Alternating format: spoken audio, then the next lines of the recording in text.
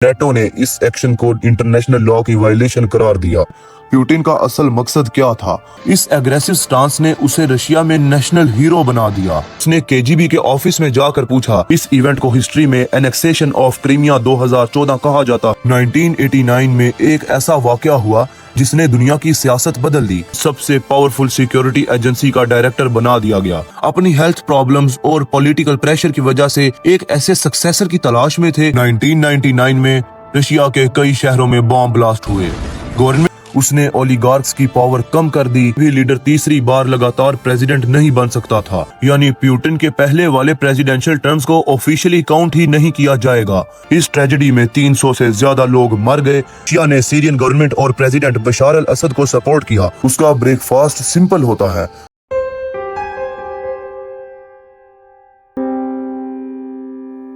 यानी 1999 में दुनिया ने एक ऐसा लीडर देखा जो ज्यादा मशहूर नहीं था। एक छोटा सा आदमी, कम बोलने वाला, लेकिन सिर्फ कुछ सालों में वो दुनिया के सबसे पावरफुल लीडर्स में शामिल हो गया। ये कहानी है व्लादिमीर पुतिन की, एक ऐसे आदमी की जो सोवियत इंटेलिजेंस ऑफिसर से उठकर रशिया का सबसे ताकतवर लीडर बन गया। मगर सवाल ये है, पुतिन का असल मकसद क्या था और उसकी पावर की कहानी कहां से शुरू होती है? पुतिन की पैदाइश 7 अक्टूबर 1952 यानी 1952 को सेंट पीटर्सबर्ग में हुई। उस वक्त इस शहर का नाम लेनिनग्राड था। ये शहर वर्ल्ड वॉर 2 के दौरान सबसे ज्यादा तबाह होने वाले शहरों में से एक था। पुतिन के वालिद व्लादिमीर स्पिरिडोनोविच पुतिन सोवियत नेवी में थे और बाद में फैक्ट्री वर्कर बन गए। उसकी वालिदा मारिया इवानोवना प्यूटिना एक सिंपल मजदूर फैमिली से थी। उनकी जिंदगी गुर्बत और मुश्किलात से भरी हुई थी।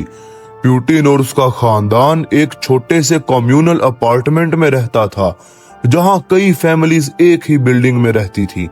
बचपन में पुतिन का मिजाज काफी एग्रेसिव और स्ट्रीट फाइटर टाइप था।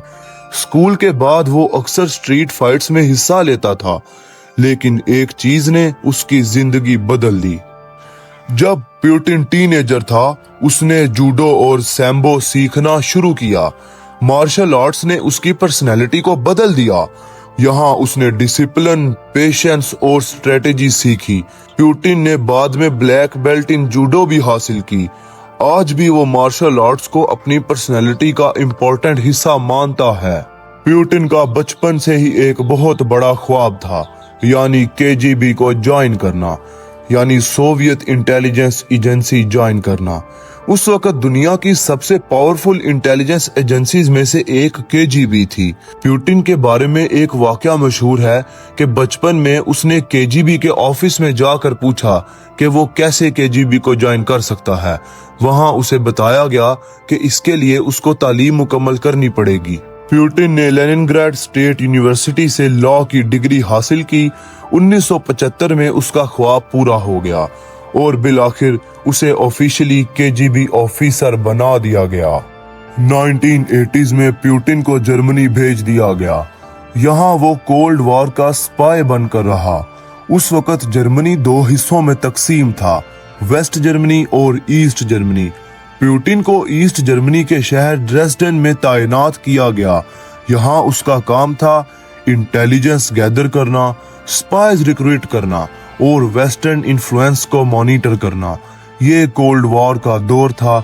दुनिया 2 सुपर पावर्स में डिवाइडेड थी, एक यूनाइटेड स्टेट्स और दूसरी सोवियत यूनियन। पुतिन इस जियोपॉलिटिकल चेस गेम का एक छोटा सा हिस्सा था। 1989 में एक ऐसा वाकया हुआ जिसने दुनिया की सियासत बदल दी। बर्लिन वॉल गिर गई और सिर्फ 2 साल बाद 1991 यानी 1991 में सोवियत यूनियन टूट गया। पुतिन के लिए ये एक बड़ा इमोशनल झटका था।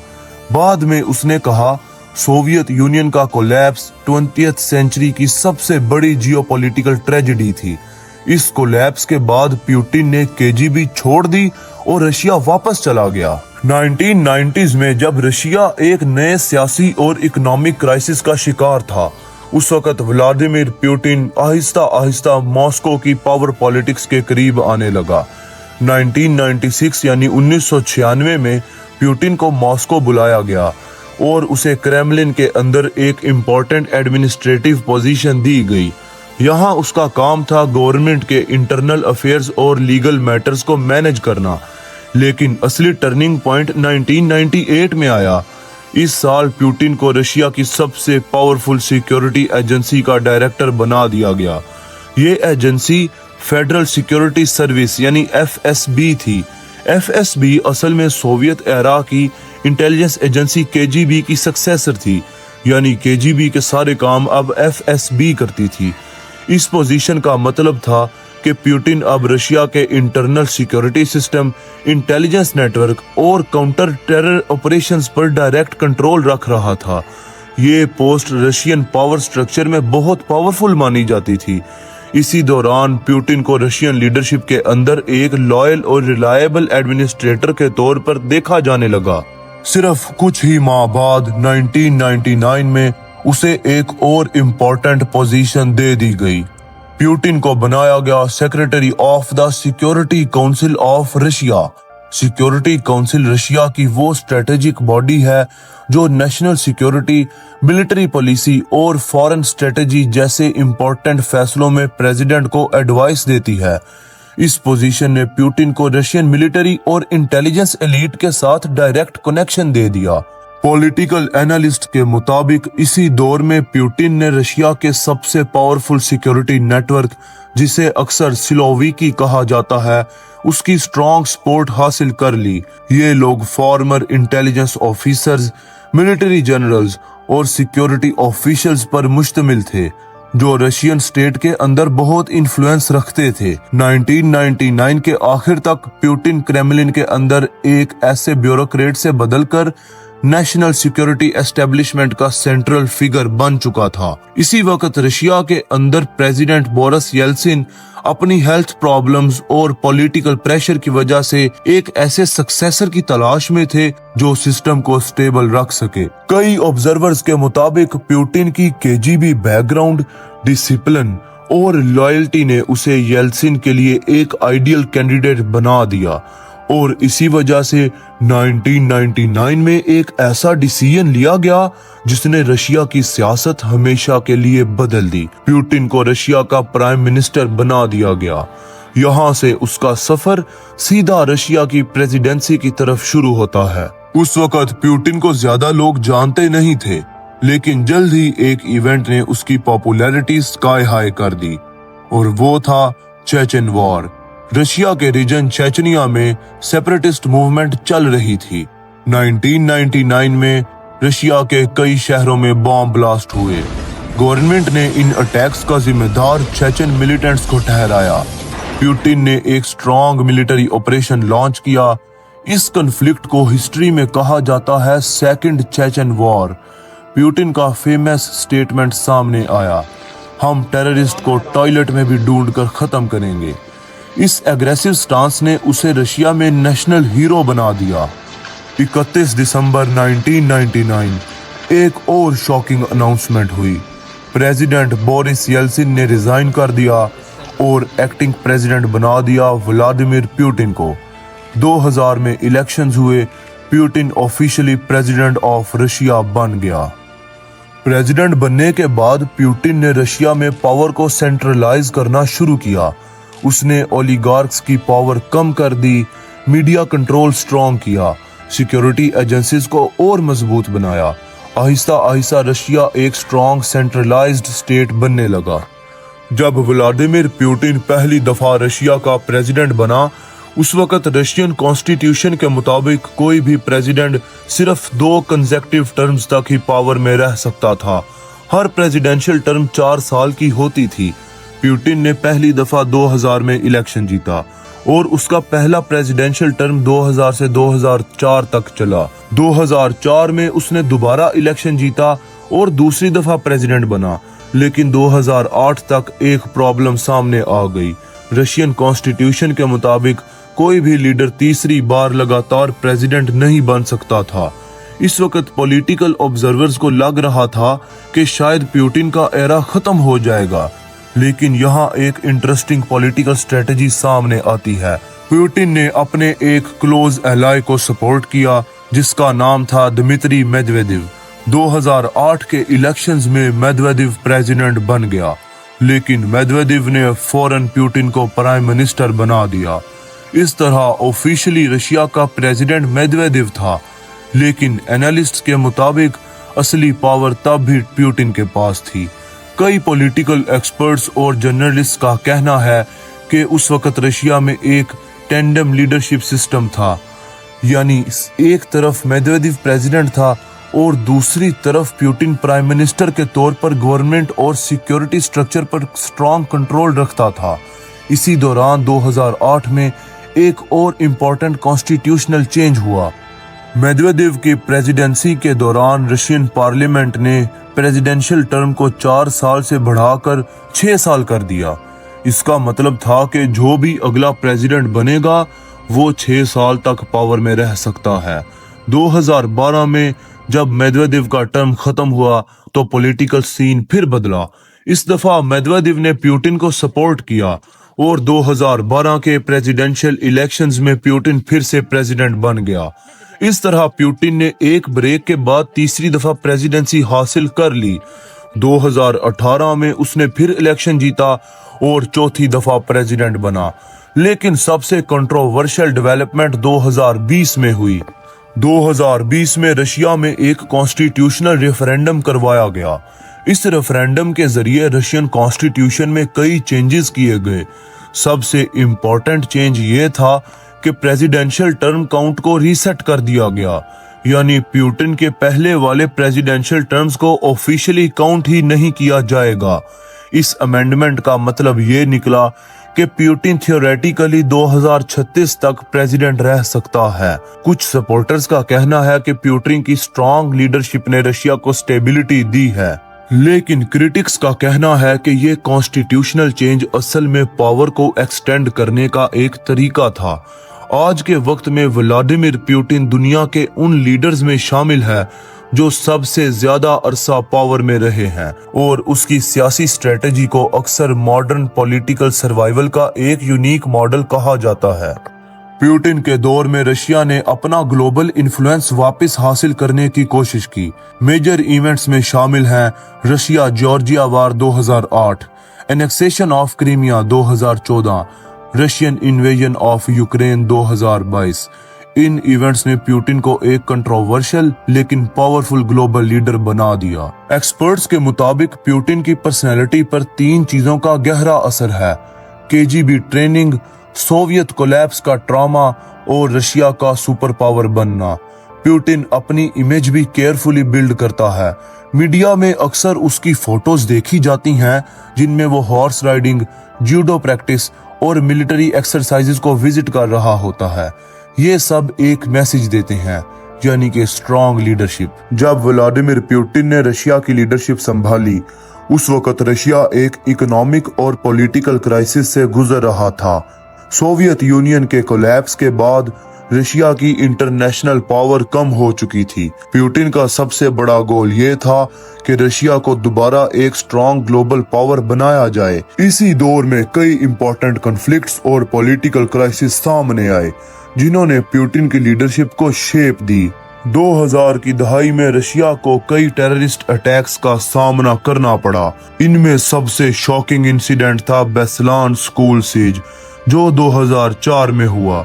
मिलिटेंट्स ने एक स्कूल को हॉस्टेज बना लिया और कई दिन तक कई 100 बच्चों और टीचर्स को कैद किए रखा।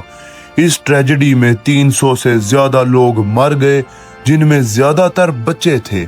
इस इवेंट के बाद पुतिन ने रशिया में सिक्योरिटी सिस्टम और सेंट्रल अथॉरिटी को और ज्यादा स्ट्रॉन्ग कर दिया। पुतिन की शोहरत की एक और वजह भी है, रशिया और जॉर्जिया वार। 2008 में रशिया का एक और कन्फ्लिक्ट सामने आया। इस बार रशिया का टकराव हुआ जॉर्जिया के साथ।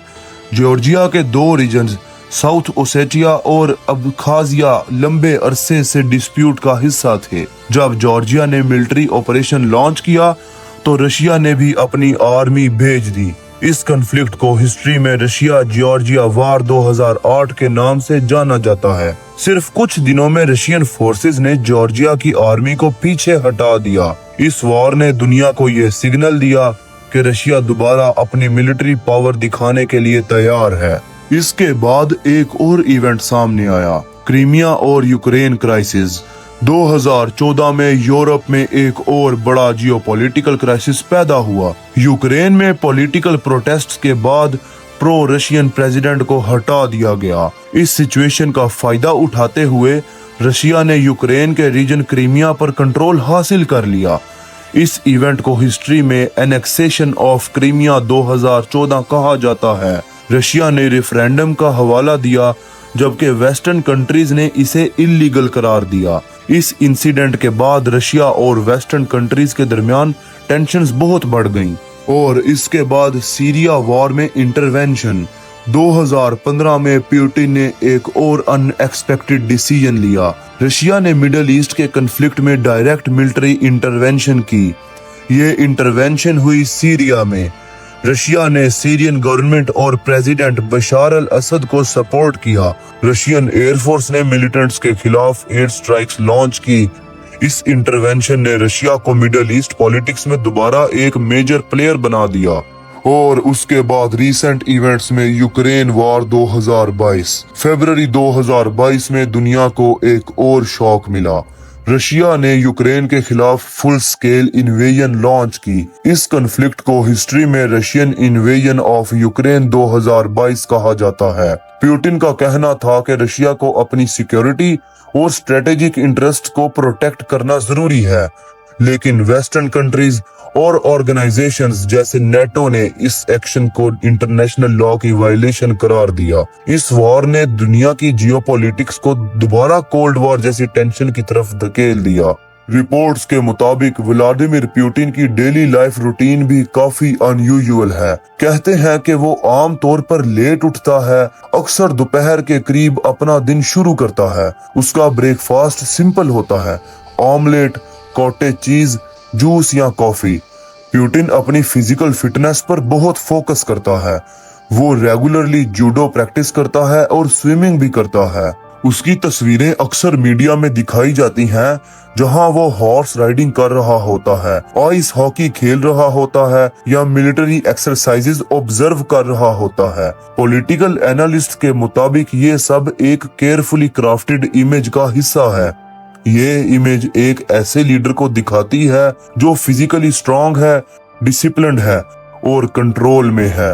अगर हम व्लादिमीर पुतिन की सियासी जिंदगी से हटकर उसकी पर्सनल लाइफ पर नजर डालें तो ये भी काफी इंटरेस्टिंग और कुछ हद तक मिस्टीरियस रही है। पुतिन ने 1983 में एक फ्लाइट अटेंडेंट से शादी की जिसका नाम था ल्यूडमिला पुतिना।